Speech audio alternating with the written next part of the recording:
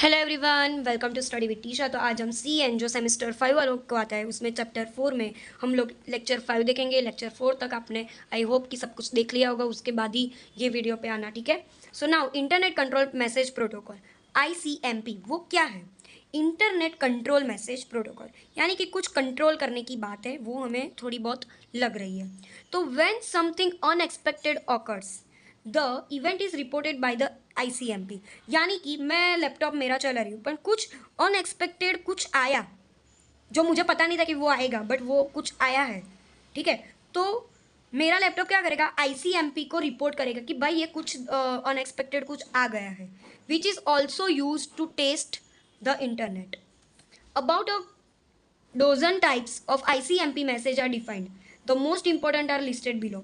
यानी कि कुछ भी अनएक्सपेक्टेड आया तो ICMP हमें बताएगा कि भाई आपको ये दिक्कत आ गई है। ICMP message type is encapsulate in the IP packet, यानी कि ये जो ICMP मैसेज जो हमें वो देगा, मतलब कुछ प्रॉब्लम आई, मैंने ICMP को बोला कि कुछ दिक्कत हुई है, तो वो मुझे कुछ मैसेज देगा, तो वो मैसेज का टाइप जो है वो इनकैप्सुलेट करके देगा मुझको IP पैकेट में। IP पैकेट में मुझे इनकैप्सुलेट मतलब कि पैक करके मुझे वो मैसेज देगा। तो मैसेज कुछ ऐसा होता है कि डेस्टिनेशन अनरीचेबल, ऐसा कुछ मैसेज लिख के आए तो हमें समझना है कि packet could not be delivered. Time exist यानी कि time to live field hit zero. Parameter problem यानी कि इनवैलिड, हमने हेडर फील्ड कुछ डाल दी है।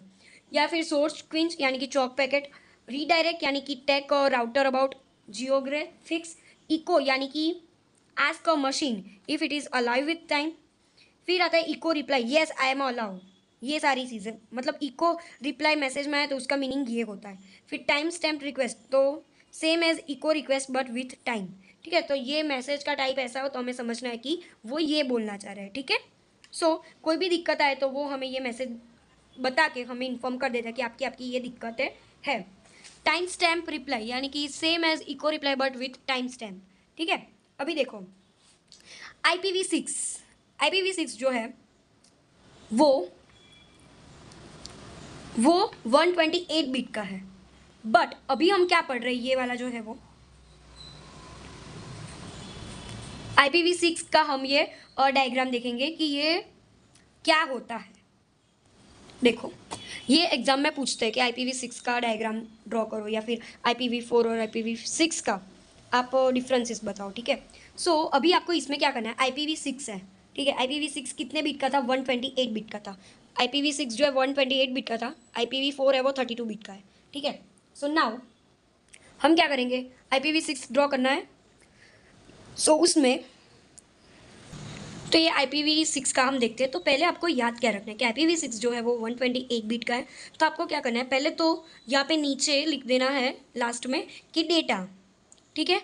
उसके बाद सोर्स एंड डेस्टिनेशन तो हमें पता ही है, तो 128 बिट सोर्स IP एड्रेस और यहाँ पे 128 बिट डेस्टिनेशन IP एड्रेस, ठीक है। अभी इसके बाद आप क्या करोगे, अभी देखो आपको मैं टेक्निक बता रही हूँ याद रखने के लिए, जो मैंने मेरी एग्जाम में यूज़ की थी। तो मैं क्या कर रही थी, IPv6 मुझे पता था कि 128 बिट का है, तो मैं पहले इतना 3 जो है वो याद कर लेती थी कि डेटा और IP एड्रेस है, तो सीधी सी बात है कि सोर्स और डेस्टिनेशन तो हो गई।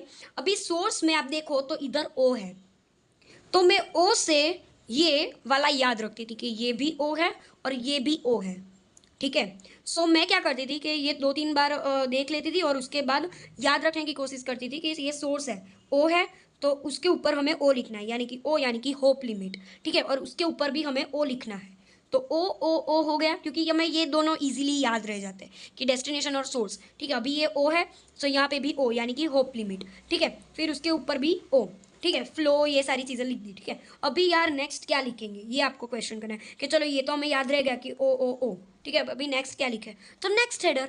नेक्स्ट क्या लिखे, तो नेक्स्ट हेडर, ठीक है। ये सारी चीज़ें तो हमने लिखी, लिमिट को हमें दे दिया सारी चीज़ें, तो चलो यहाँ पे लिमिट लिखा है तो लेंथ एग्जैक्टली हो कितनी होगी, तो हमें पता चलेगा कि लिमिट हमें इतनी रखनी है। तो पेलॉइड डेटा लेंथ 16 बिट की हमें पेलॉइड लेंथ लिख देनी है, ठीक है। उसके बाद ये वर्जन तो हम लिख देंगे, सॉरी इधर 6 बिट का वर्जन आएगा, ठीक है।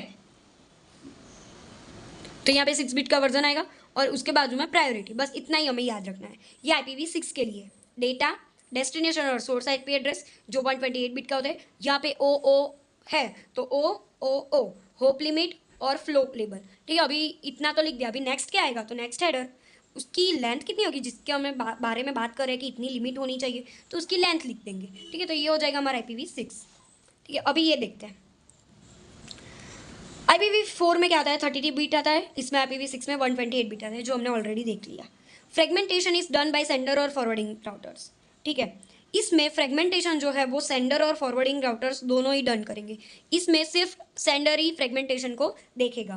नो पैकेट फ्लो आइडेंटिफिकेशन, इसमें पैकेट फ्लो आइडेंटिफिकेशन अवेलेबल है क्योंकि उसमें फ्लो लेबल है, फ्लो आइडेंटिफिकेशन फ्लो लेबल, इसके लिए फ्लो आइडेंटिफिकेशन अवेलेबल है। इसमें चेकसम नहीं होगा, सॉरी चेकसम होगा, इसमें चेकसम नहीं है। क्यों, क्योंकि यहाँ पे हमने कहीं पे भी लिखा चेकसम नहीं है, तो इसमें चेकसम नहीं होगा।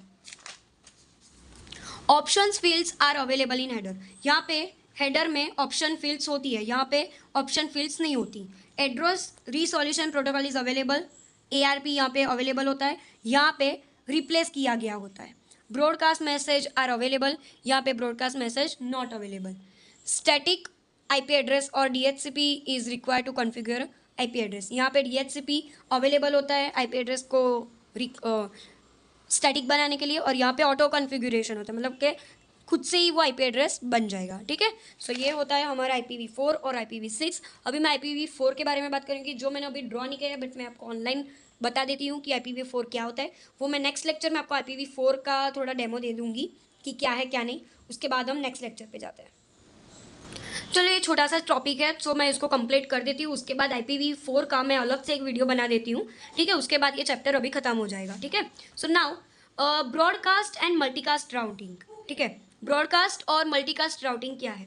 अभी ब्रॉडकास्ट क्या है, तो host need to send message to many or all other host. अभी हमें पता है कि RJ रेडियो में क्या होता है कि एक जो बंदा है होस्ट करने वाला, वो एक मैसेज शेयर करता है और बहुत सारे लोग उसको सुनते हैं, तो वो होती है ब्रॉडकास्ट।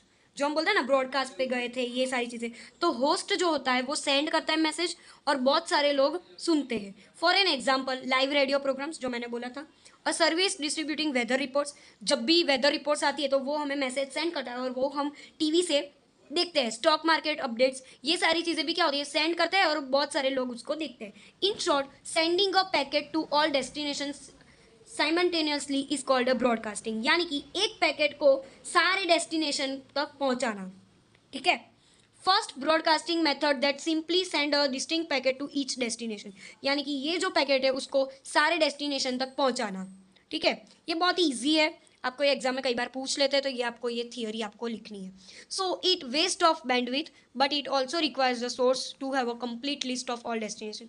इसमें बैंडविथ का वेस्ट होता है, क्यों, क्योंकि एक डेस्टिनेशन इधर होती है, एक डेस्टिनेशन इधर होती है, तो उसमें बैंडविथ का तो वेस्ट होता है, बट हमें रिक्वायर है कि हमें सारे डेस्टिनेशन तक पहुंचना है। In practice this may be the only possibility, but it is the list describe of methods. ठीक है, इसमें पॉसिबिलिटी बहुत सारी प्रैक्टिकल है, बट इसमें डिस्क्राइब नहीं किया जाता कि मेथड कौन कौन सी यूज़ करेंगे।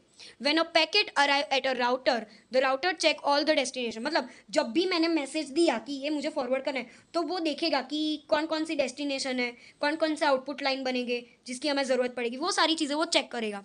फिर उसकी एक वो कॉपी बनाएगा कि क्या क्या मुझे कहाँ कहाँ पे उसको भेजना है। फिर क्या करेंगे, the next broadcast algorithm makes explicit use of sink tree, मतलब एक ट्री बना देगा कि यहाँ से यहाँ पे जाना है। ठीक है, यहाँ पे spanning tree is a subset of the subset subnet that includes all routers and contents no loops. ठीक है, लूप में नहीं चला जाना चाहिए, यहाँ पे जाता तो है, बट वो लूप में ना जाए, उसका हमें ध्यान रखना है।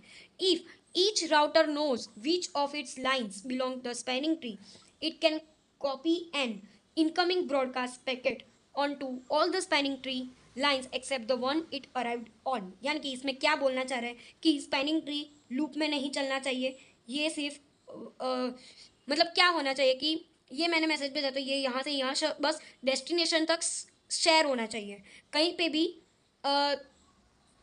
कुछ प्रॉब्लम ना आए, कुछ ओवर लूप ना हो, ये हमें ध्यान में रखना है। तो ये सारी चीज़ें हो गई हमारी ब्रॉडकास्ट के लिए। अभी हम देखते हैं मल्टीकास्ट। तो sending a message to a group is called a multicasting, यानी कि हम message as a group wise हम भेजेंगे। Its routing algorithm is called a multicast routing.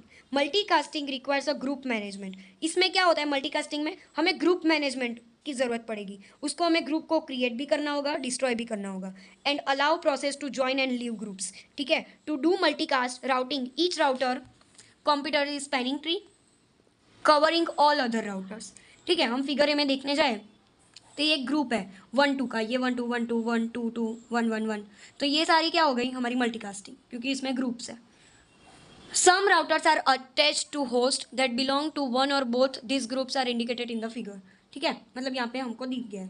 But इधर the spanning tree for the left most router is shown in figure B, यानी कि यहाँ पे जो लेफ्ट मोस्ट साइड है वहाँ पे ही है, यहाँ पे नहीं है। क्यों? क्योंकि यहाँ पे ग्रुप नहीं है, ये 3 वाला अलग दिख रहा है। ओके, सो ये बहुत इंपॉर्टेंट नहीं है, सिर्फ आपको ये जो मैंने बोला था कि आपको सिर्फ आइडिया होना चाहिए कि मल्टीकास्टिंग राउटिंग क्या है और ब्रॉडकास्ट राउटिंग क्या है, ठीक है। सो इसी के साथ ये वाला चैप्टर जो 4 है वो यहाँ पे ख़त्म होता है। IPv4 का मैं एक लेक्चर डाल देती हूँ, उसके बाद ये चैप्टर खत्म हो जाएगा, ठीक है। So thank you for watching, like share subscribe कर देना। और कोई भी डाउट हो, आपको पूरा सिलेबस आपका जो 5 चैप्टर्स है वो 5 चैप्टर्स की मेरे पास PDF अवेलेबल है, आपको चाहिए हो तो आप मुझे DM कर देना, मैं आपको शेयर कर दूँगी, ठीक है। So thank you for watching, bye bye.